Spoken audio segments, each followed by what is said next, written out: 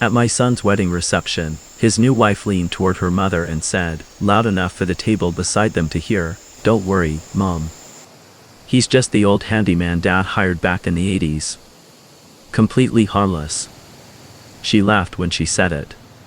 Her father, a commercial real estate broker from Calgary, clapped me on the back like I was a bellhop who'd just carried his luggage. "Good of you to come," he said. "I'm sure it means the world to a man like you." What they didn't know was that the development firm her father had been chasing for 3 years, the one sitting on 400 acres of prime land outside of Kelowna, was mine.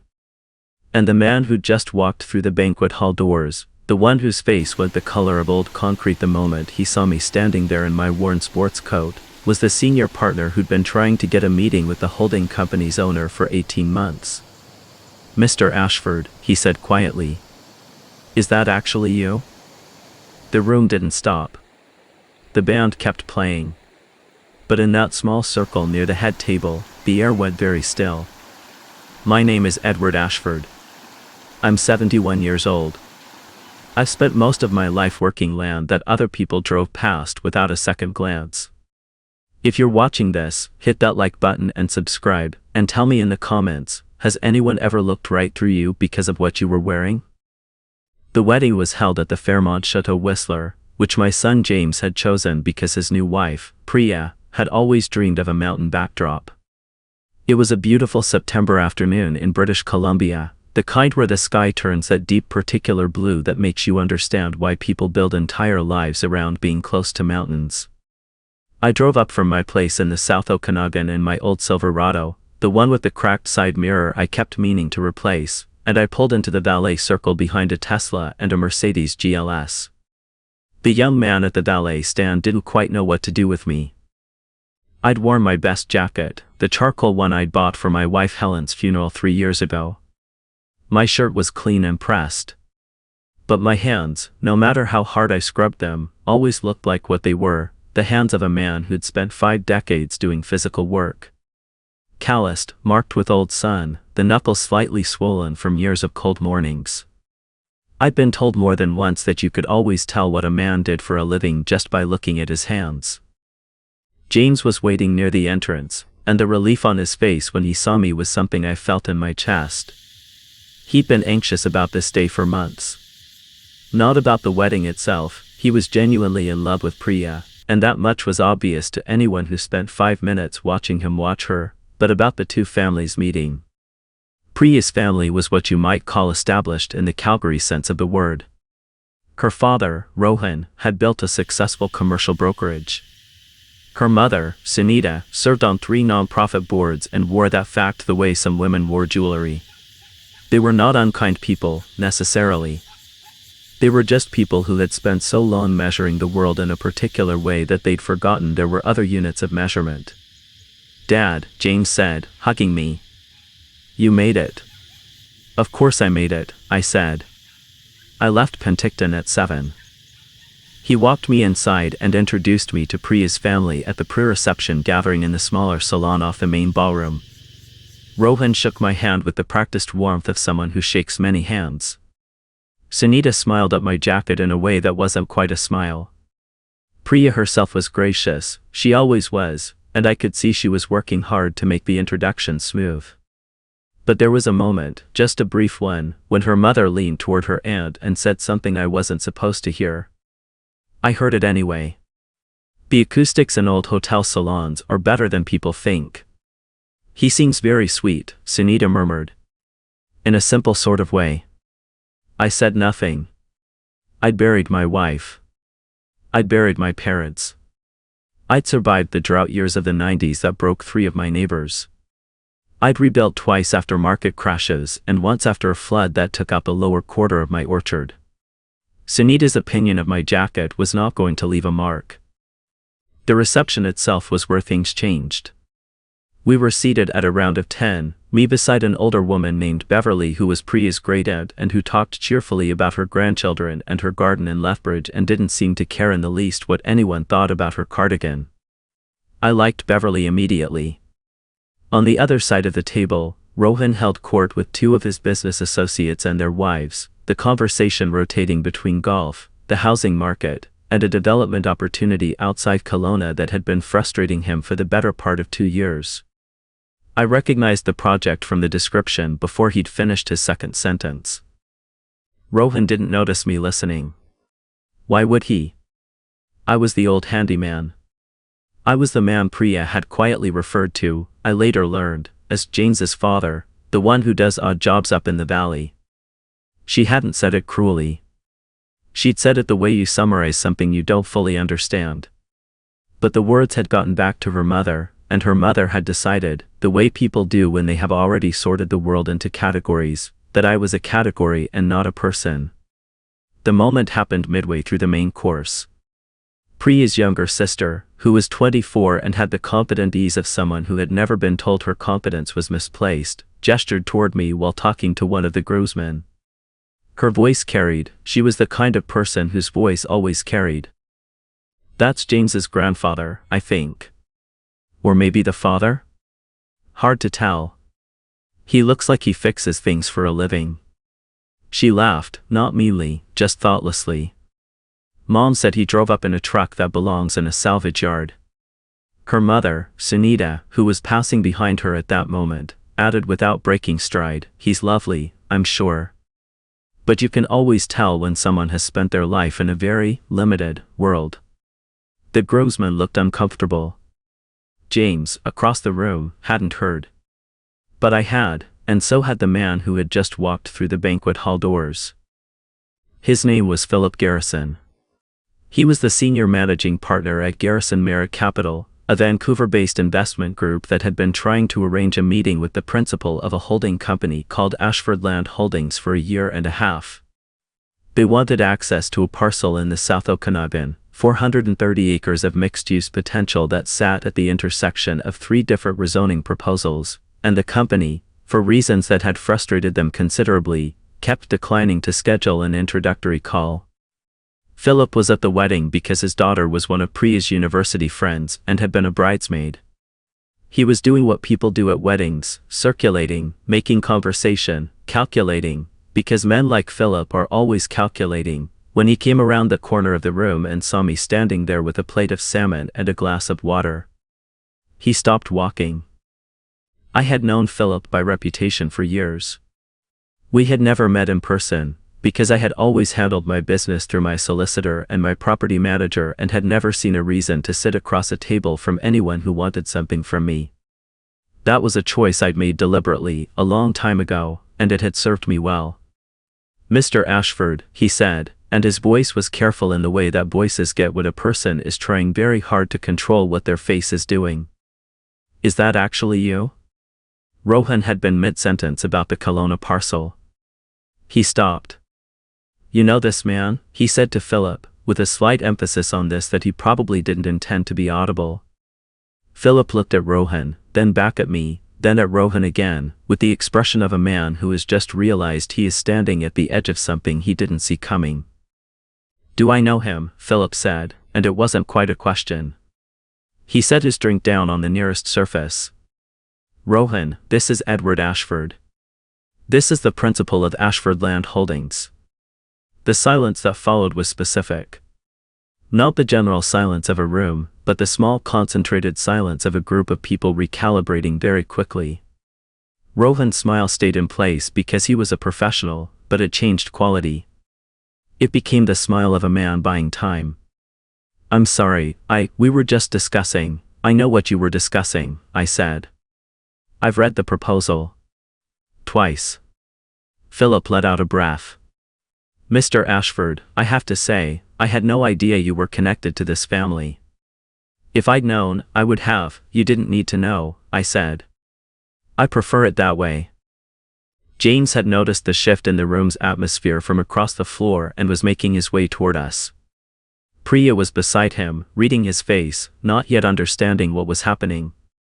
Her mother, Sunita, had gone very still in the way that people go still when they realize that the category they put someone in has just collapsed. Priya's sister, to her credit, looked directly at me. I'm so sorry, she said quietly. I said something rude earlier. I didn't, you said what you saw, I told her. That's honestly fine. The truck is old. Nobody laughed, but the tension shifted slightly. James reached us and looked between Philip and me and his father-in-law with the expression of a man trying to read 3 books simultaneously. "Dad," he said carefully.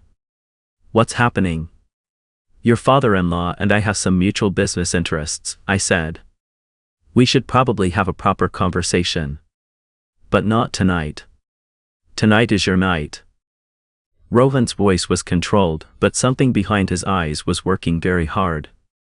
"Mr. Ashford, I want to be clear that anything Sunita or I may have said, was said," I said. "And heard. And is something I'll remember. But I want to be equally clear about something." I looked at him directly. "The way you speak to someone who you think can't help you is the clearest possible picture of your character. You've shown me yours." I turned to find my seat again. Beverly had refilled her water glass and was watching the proceedings with the calm interest of someone who has attended enough family events to know that they always contain at least one unexpected turn. "Everything all right?" she asked, when I sat down. "Getting there," I said. The next morning I drove back to Penticton. I had 17,000 acres of land across 4 regions of British Columbia and a small parcel in the Alberta foothills I picked up in 2003 for reasons that seemed impractical at the time and had since become the single best financial decision of my life. I had purchased most of it between 1980 and 2005, during the years when agricultural land in the interior was considered a liability and city money was flowing into condominiums and ski hills, and everyone agreed that the future was urban.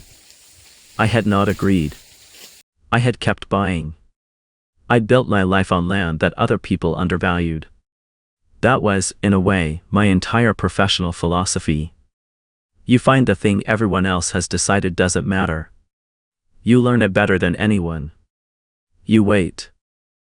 Helen had understood that philosophy. She'd worked beside me through the early years when we had more land than income and more ambition than certainty.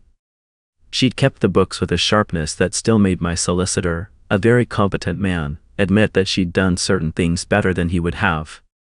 When she died of a stroke on a Tuesday afternoon in March, the house was very quiet in a way it had never been before and hadn't stopped being since. James had grown up knowing we lived differently from some of his friends' families. We had a modest house, 1 truck, no vacations that required airports, but not knowing the extent of what the land meant. That was intentional. I wanted him to build something of his own before he knew what the safety net looked like. He'd done that.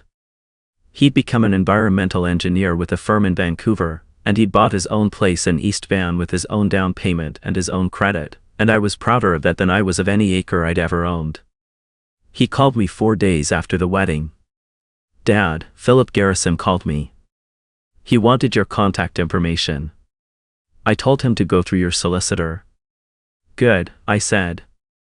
A pause. "He said some things about the land holdings. About the size of them." Another pause. "Dad, I had no idea." "No," I said. "You weren't supposed to. Are you angry at Priya's family?" I thought about that honestly. I was, for a moment. I'm not anymore. Carmel called me. She kept saying she didn't know. "She didn't," I said. "That's the whole point. She showed me exactly who she was when she thought there were no consequences for it. That information is useful." James was quiet for a moment. "What are you going to do?" "I haven't decided yet," I said, which was not entirely true. I had a fairly clear idea. But I wanted to let things settle before I acted, because I had learned a long time ago that decisions made in the heat of something tend to carry more force than is actually useful.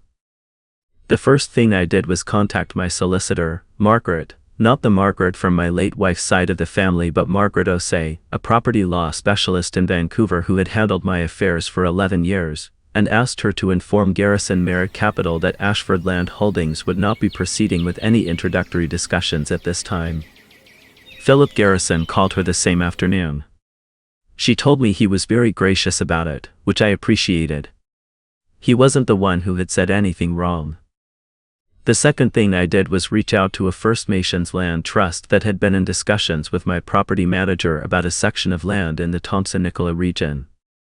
We had been moving slowly toward an agreement that would transfer 800 acres to the trust at below market terms, because the land bordered territory that had deep historical significance and because my wife had believed, for as long as I'd known her, that you leave the ground better than you found it.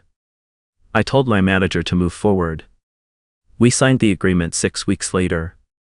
The third thing took longer. Rohan called me himself about 3 weeks after the wedding. I was in the orchard when my phone rang. I still carry a phone like a normal person, despite what Sunita's expression at dinner had suggested, and I almost let it go to voicemail. But I answered. "Mr. Ashford," he said. "Edward. I owe you an apology." "You do," I said. He was quiet for a moment, and I could hear that he was choosing his words carefully. I've spent my career in a world where people signal their standing in certain ways. I've gotten very good at reading those signals. Too good, maybe. I saw you and I don't know what I saw. I saw what I expected to see. And I was wrong. You saw a man in an old jacket and made a complete determination of his worth, I said. So did your wife. So did your younger daughter, though she was kinder about it. Yes. A pause. I'm not calling to ask you to reconsider the land deal. That surprised me slightly. No. No. I'm calling because James is my son-in-law now, and you're his father. And I handled myself badly at his wedding, and I'd like to do better. I sat down on the old bench at the edge of the orchard. Helen had put that bench there so she could sit and watch the light change over the water in the evenings. I still used it for the same reason. That's a good reason to call, I said. I don't know if we can start over exactly, Rohan said. But I'd like to try. So would I said. But I'll be honest with you. I don't forgive quickly, and I don't forget. What I can do is decide not to let it define the relationship. Those are different things. I want you to understand the difference. I understand, he said. Good. Then invite me to dinner. Somewhere normal. I don't need a restaurant with a wine list longer than my driveway. He laughed, a little nervously, but genuinely. Priya says you like steak. Priya is correct. We had dinner 6 weeks after that at his and Sunita's home in Calgary. Sunita had cooked, which I hadn't expected, and the meal was exceptional. Lamb with a marinade. I asked her for the recipe of, and she actually wrote it out for me on a piece of paper, which I still have on my kitchen counter. She was not an easy woman to read, and she didn't apologize in words the way Rohan had. But she apologized in the way some people do, which is by showing you something real about themselves. The way she talked about her own parents, who had arrived in Canada from Gujarat with very little and had built something through decades of deliberate, unglamorous work, I could hear in her voice that she knew what that looked like from the inside. She'd just forgotten, somewhere along the way, that she knew. James and Priya joined us for the last hour of the evening. Walking in and finding his father and his in-laws sitting at a kitchen table with empty plates and a half-finished bottle of wine, James looked like a man who had braced for impact and felt the ground hold. Everything okay? He asked. Everything's fine, I said. Your mother-in-law makes better lamb than you do. Dad, I've literally never made lamb. My point exactly, I said. It was Priya who asked me the hard question, later that night, when Rohan had stepped outside and Sunita was in the kitchen and it was just the three of us in the living room with the Calgary skyline visible through the big windows. Mr. Ashford, she said. She'd always called me Mr. Ashford, and I'd always told her she could call me Edward, and she'd always politely not changed. Could I ask you something honestly? Of course. Were you ever going to tell James? About everything? Before any of this happened? I thought about that. Eventually, I said. When the timing felt right. What would the right timing have looked like? Probably when he was stable enough that knowing wouldn't change anything about how he lived, I said. Or when I was old enough that the practical questions couldn't wait. She nodded slowly. My parents are they're good people. They just measure things the wrong way sometimes. Most people do, I said. Including me. I measured your parents by that one evening for a long time. That wasn't entirely fair either. She looked at me with something that I can only describe as relief, the way a person looks when they've been carrying a weight they weren't sure they could set down. Thank you for giving them a chance, she said. Thank you for raising it, I said. James wouldn't have. He's too much like me. We let things sit until they calcify. James, across the room, made a sound that was not quite a protest. The legal matter resolved itself in a way I hadn't entirely anticipated. About 4 months after the wedding, my solicitor received a letter from Garrison Merritt indicating that one of their other projects, a straighted development in the Fraser Valley, had hit significant environmental assessment complications, and that the Kelowna land, which they'd pinned considerable investor capital on, was no longer their priority. Philip sent me a personal note, through Margaret, that said he hoped the circumstance of the wedding hadn't colored my view of his firm, and that if I ever reconsidered, he would be glad to sit across a table. I thought about it. I told Margaret to respond that I would keep his contact information and that I had no hard feelings about him personally, which was true. I did not, however, proceed with any discussions about the land. The Kelowna parcel went instead to a joint venture between a local agricultural cooperative and a regional Indigenous land council, at a price that was below appraised value and that 3 different people told me was the most financially irrational decision I'd made in 40 years. I told them all the same thing, Helen would have approved. That fall, I drove up to the property on a Friday morning in October. The land runs along a ridge with a long view down into the valley, and in October the Okanagan does something extraordinary. The light goes golden and low, and the vineyards and orchards and the lake below all take on a color that doesn't quite exist at any other time of year. I sat in the truck for a long time looking at it. 12 years earlier, I'd sat in almost the same spot with Helen, and she'd said, "This is the one I'd keep forever if I could only keep one."